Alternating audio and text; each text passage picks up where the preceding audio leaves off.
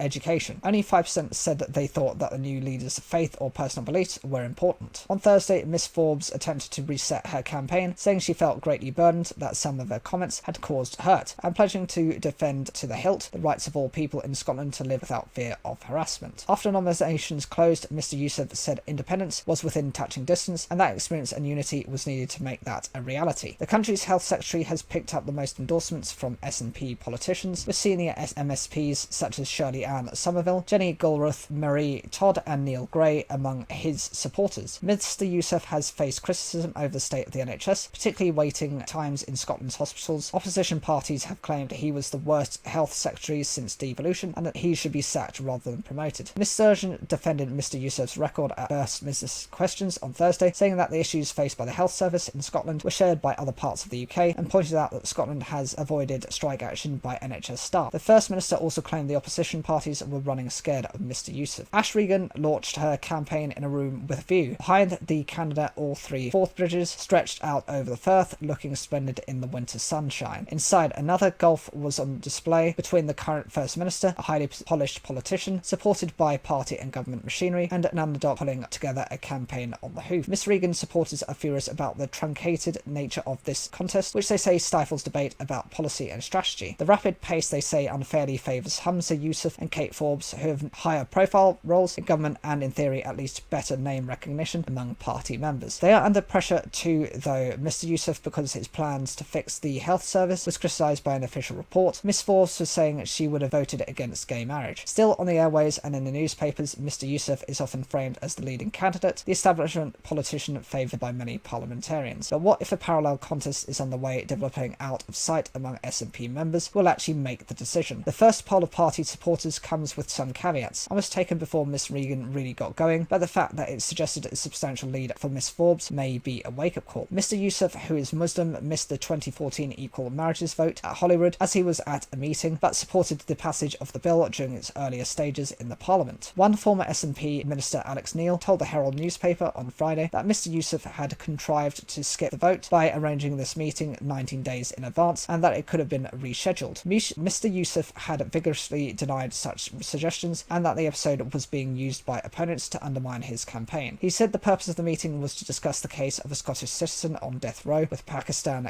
consulate. Miss Regan, who quit as Community Safety Minister over the government's gender recognition reforms, has said she supports gay marriage and has called for an end to mudslinging in the leadership contest. Scottish Conservative Party Chairman Craig Hoy said Scotland faced 5 weeks of an SNP civil war being played out in public. Nicola Sturgeon's resignation released a pressure valve, and the enormous SNP splits that have been bubbling around for so long have exploded out into the open, he said. Scottish Labour's deputy leader Jackie Billy said while the Scottish people are crying out for fresh ideas and hope for the future, we are facing a battle for Bute House between the three stooges of the SNP. The family of a British woman killed in what they claimed was a hit and run in Tenerife have begun legal action over a judge's decision to close the police investigation. Michelle Exton was on a holiday in the Canary Islands when she was hit by a van on the 11th of December. The 50-year-old from Dronfield died from her injuries 4 days later. Lawyers at Irwin Mitchell said police launched a hunt to trace the driver, but the case was closed after 3 weeks. Miss Exton and her mother, Anne, aged 75, were hit by a van which mounted the pavement near the resort of Golfe de Sur at around 8:30 p.m. She suffered catastrophic head injuries and died in hospital, while her mother sustained serious rib injuries. The family has instructed lawyers to file court documents asking for a judge to reopen the case, Irwin Mitchell said. 3 weeks after the crash, a judge stayed the investigation, meaning the case was closed and police were effectively barred from investigating further. Miss Exton's daughter, Sophia, aged 23, said, "We do everything to have Mum back in our lives, but we know that's not possible. Our focus now is on at least trying to honour her memory by getting the justice for Mum that she deserves. We want the authorities to leave no stone unturned in trying to trace the driver." Irwin Mitchell has called on the Spanish authorities to recommence the investigation. James Riley, Associate Solicitor, appealed for any witnesses or anyone with information on the crash to get in touch. Michelle's loved ones are devastated by her death and how what was meant to be an enjoyable holiday ended in such tragedy. The decision by the judge to stay the investigation has only added to their pain. Michelle's family believe that the decision was made before a thorough and proper investigation could be carried out and has denied them the chance to see the driver brought to justice. Shortage of some fruit and vegetables could last until May, according to producers in one of the UK's biggest growing regions. The Lee Valley Growers Association said major UK growers were delaying planting some crops due to high energy costs. Major UK supermarkets have been placing limits on fruit and vegetable sales after shortages. The government and industry have blamed bad weather in Spain and North Africa for the squeeze. The Department for Environment, Food and Rural Affairs, DEFRA, said the UK supply chain was highly resilient and well equipped to deal with disruption. It added ministers would be meeting supermarkets to discuss how they can return supplies to normal. The Lee Valley Growers Association, LVGA, has about 80 members across an area that includes Greater London, Hertfordshire and Essex. Growers there produce around 3/4 of the UK cucumber and pepper crops and a lot of aubergines and tomatoes. The association said that while weather conditions in Spain and Morocco are the main reason behind the current shortages, the situation is being made worse by UK producers delaying planting crops this season. They've been put off by high energy costs for greenhouses and low prices offered by supermarkets for their produce. Environment Secretary Therese Coffey said on Thursday that shortages could last for a month, but UK growers think it could be for longer. The majority of tomatoes, peppers and aubergines are not going to be around in big volumes until May, so it's going to be for longer than a few weeks, said Lee Stiles, Secretary of the LVGA. British Retail Consortium, BRC, which represents supermarkets, says that the UK imports about 95% of its tomatoes in winter. But Mr. Stiles said the association, which also imports produce, is only getting a quarter of the produce it has ordered from Spain and Morocco. Some Lee Valley pack houses have closed for a few days due to lack of deliveries, and others are losing workers as they could only offer 3 hours work a day instead of 4 shifts over the last few weeks. It's too late for UK growers to step in and try and and make up some of the shortfall. He added, if we planted tomatoes, peppers and aubergines in December, we would be picking now. And if we planted cucumbers in the first week of January, like we normally do, we'd be picking on Valentine's Day as usual. Mr. Stiles said that the prices set by supermarkets for UK produce mean it is hard for growers to make a living, particularly during a period of very high energy bills. Many producers are growing less or have delayed planting, and 10% of members have left the sector altogether. It's a simple fact of economics between the growers and the supermarkets. Half of our growers didn't grow last year, and half of our growers are not growing this year, and that's because they couldn't secure an increased price from the supermarkets to cover the increased cost of energy and fertilizer, and inputs that they needed in order to make a profit and make a living on the produce grown. As Spanish and Moroccan produce starts increasing again, growers in those countries are more likely to sell to buyers closer to home, he added. You've got more fuel costs on a 4-day trip to the UK, and there are additional fees to get it through the border, adding that international growers are more likely to get a higher price for their goods in other countries. They can simply get a better price in Europe for less hassle, he said. The UK is such a small market for Spanish and Moroccan produce, that they're going to look at after first. LVGA member Tony Montalbano runs his cucumber growing company Green Acre Salads from Roydon in Essex. Tony reduces crop this season and delayed planting because of the high cost of energy and the prices offered by UK customers. I normally do 3 crops in a season, starting in January, and then harvest around the middle of February. I've had to remove the first crop and start with my second or third crop to try and save costs over the winter period. The prices growers get for produce in the UK compared with Europe are unsustainable. The cucumber is selling for around 75 pence on the shelves here in the UK. In Europe, you're looking at £1.50, and it's cheaper to grow there. I looked at the prices I would get for my cucumbers and thought to myself, I can't see us making it this year. The BRC said retailers were working with farmers to ensure customers could access a wide range of fresh produce. BRC Director of Food and Sustainability, Andrew Opie, said retailers have long established relationships with the farmers in the UK and beyond, and they understand they need to pay a sustainable price for these goods. A survey from the Office for National Statistics, ONS, suggested that more people are struggling to find the food they want when they go shopping. The ONS said that between the 8th and 19th of February, 25% of adults said they could not find a replacement when the food they needed was not available, up from 50% in a similar period a year ago. A former Commonwealth Youth gold medalist tipped for world success says she suffered with bulimia for years as a result of extreme criticism and humiliating weigh-ins by her swimming coaches. Phoebe Lendeyu said she was just one of many swimmers who would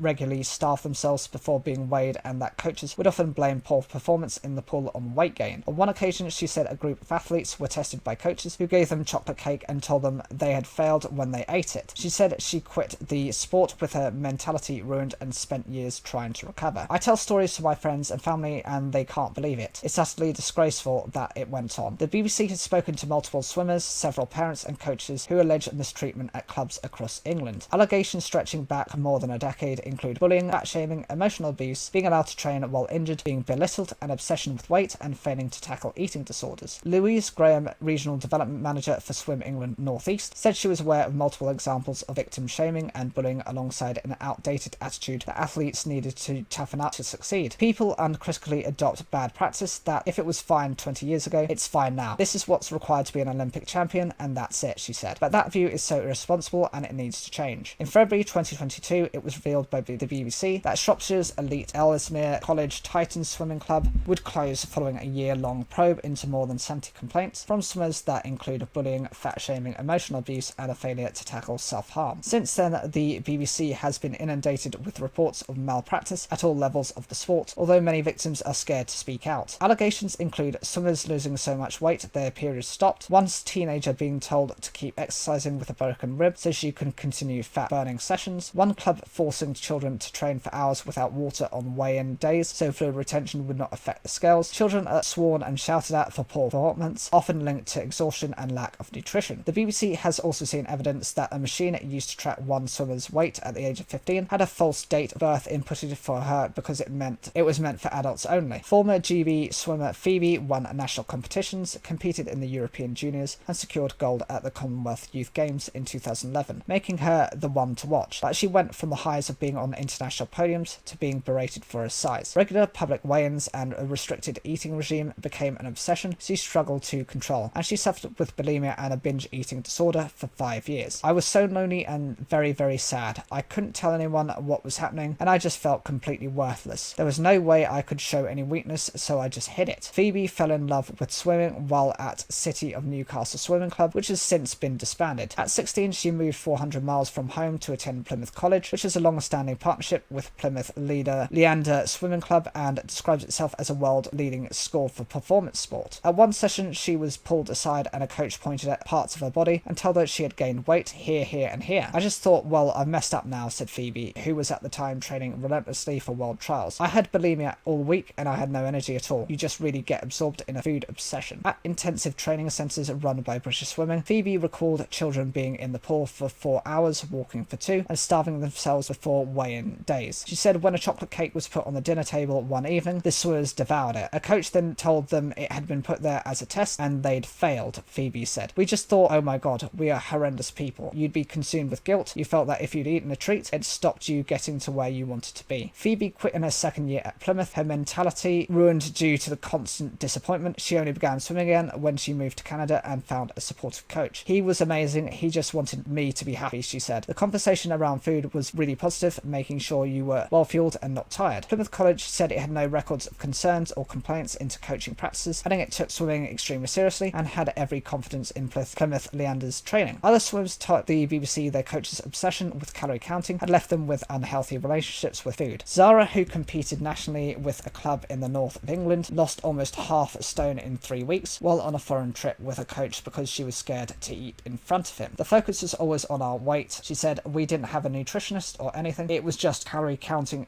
all the time. When she shed almost 5 kilograms after a bout of flu, she said she was praised for the dramatic weight loss. A lot of swimmers had anorexic and binge eating habits. Some didn't have periods for a year because they lost so much weight. She said they would be berated for swimming poorly, which was often because they were exhausted from training 20 hours a week on a poor diet. I used to swim through tears. Zara, who does not want to be identified for fear of repercussions, had been on the path to becoming a top British swimmer, but left the sport because of the damage it caused her. When you are at that young, you don't think there's anything wrong with it, then you start to get a voice at 17 or 18, and you learn that these things aren't right. Another swimmer told the BBC she thought her dreams had come true when she joined a renowned swimming club, but ended up terrified of eating the wrong thing and feared her coach. Sophie, not her real name, was ordered to attend extra fat burning sessions and would regularly have panic attacks about missing her 5 a.m. alarm. When she suffered broken ribs in a fall, she trained in agony because she was too scared to tell her coach. Then when she did, she was told to go on an exercise bike instead of to keep burning fat. She said she had been left with food issues more than 4 years after quitting. It broke my spirit. It broke my dreams. There's a bit of me that's still upset today. Even now, I try to put a swimming costume on and I can't do it. Following the probe into Ellesmere Titans, which found swimmers had suffered eating disorders as a result of the club's public weighing regime of children as young as 10, the sports governing body Swim England has said swimmers under 18 should not be weighed unless on a designated path to the Olympics or Commonwealth Games. Maria, who used to swim at Titans, said she had a complete breakdown because of the abuse she suffered at the club, where the investigation found swimmers were extremely routinely shouted and sworn at. The experience meant the ex-swimmer, who is still involved in the sport and does not want to be verified, said she had learnt how not to work with children. You would just never swear at a child if you thought they could do better. Miss Graham, who has researched coach development and led lectures on the subject at Staffordshire University, said it was vital the sport reviewed its methods to ensure it was not causing swimmers harm. Elite athletes are told if you miss a session, you're a failure. You have to sacrifice everything to be a success. But this is an endurance sport, and teenagers who are swimming 16 plus hours a week and are already making huge sacrifices. She added that performance doesn't always have to be amazing. It's got to be realistic to life. You can't have children getting up at 4:30 am in the morning and getting negative comments immediately. It's about building them up, not knocking them down. Swim England said it had a primary duty of care to safeguard the physical and emotional health of our members. This is an issue we take extremely seriously, as the welfare, health and well-being of athletes is paramount, it said. We recognise there will be instances where coaches' behaviours fall short of expectations, and we are committed to addressing these. We are reaching out to younger members, asking them for their direct feedback on a number of safeguarding and welfare issues, and bullying will be one of those topics they can directly comment on. The organisation, which is undergoing a review into its complaints process following the closures of Ellesmere Titans, said it now had more robust processes in place and was due to publish a new safeguarding, welfare and culture action plan. Phoebe, now 27, said she hoped swimmers would get more support in the future, but feared even now she would be criticised for speaking out. This has been going on for years and we should be able to talk about it. They say you need to be act like an athlete, but they forget you are also a child. Kenyan convicted in a trial linked to the murder of a British man has been freed from prison after a decade-long campaign to overturn his conviction. The BBC revealed in 2022 that a senior Metropolitan Police officer who assisted the Kenyan investigation omitted key forensic evidence in the trial of Ali Kololo. Jude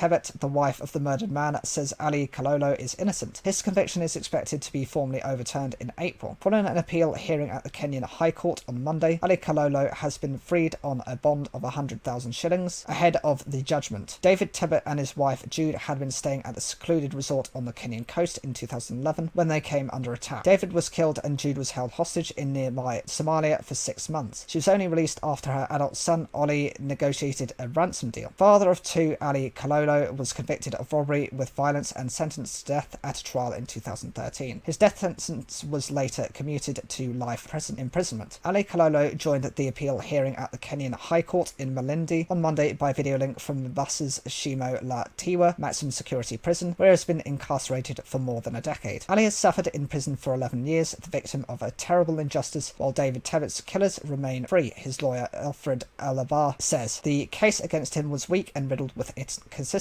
from the start. In June 2022, the BBC revealed that the Independent Office for Police Conduct, the IOPC, which has been investigating Detective Chief Inspector Neil Hibbert's role in the case since 2018, had concluded that had the officers still been serving, he would have had a case to answer for gross misconduct. If proven, gross misconduct could lead to dismissal of a serving officer, but Mr. Hibbert retired in 2017. Neil Hibbert was a key prosecution witness, and his evidence was cited by the magistrate as one of the following deciding factors in Ali Kalolo's conviction. Mr. Hibbert absolutely disagrees with the IOPC findings, his lawyer told the BBC in 2022. For the appeal court hearing, the Director of Public Prosecutions, DPP, in Kenya confirmed his position that Ali Kalolo should never have been convicted and sentenced to death, as the trial judge's findings were not based on the evidence on record and were based on hearsay testimony. The DPP said that testimony given by Detective Chief Inspector Neil Hibbert on the arrest and the crucial shoe print evidence that linked Ali Kalolo to the scene of the crime was purely hearsay evidence. Director of Justice Charity Reprieve, Maya Foe, says there is an overwhelming feeling of relief that Ali Kalolo has finally been released. Ali has waited years for this moment. Everyone at Reprieve who has worked on his case is overjoyed to see him released from prison and reunited with his family at long last. But we should not lose sight of everything that has been taken from him as the result of a deeply unfair trial. It is a tragedy that he has spent 11 years in prison for a crime he did not commit.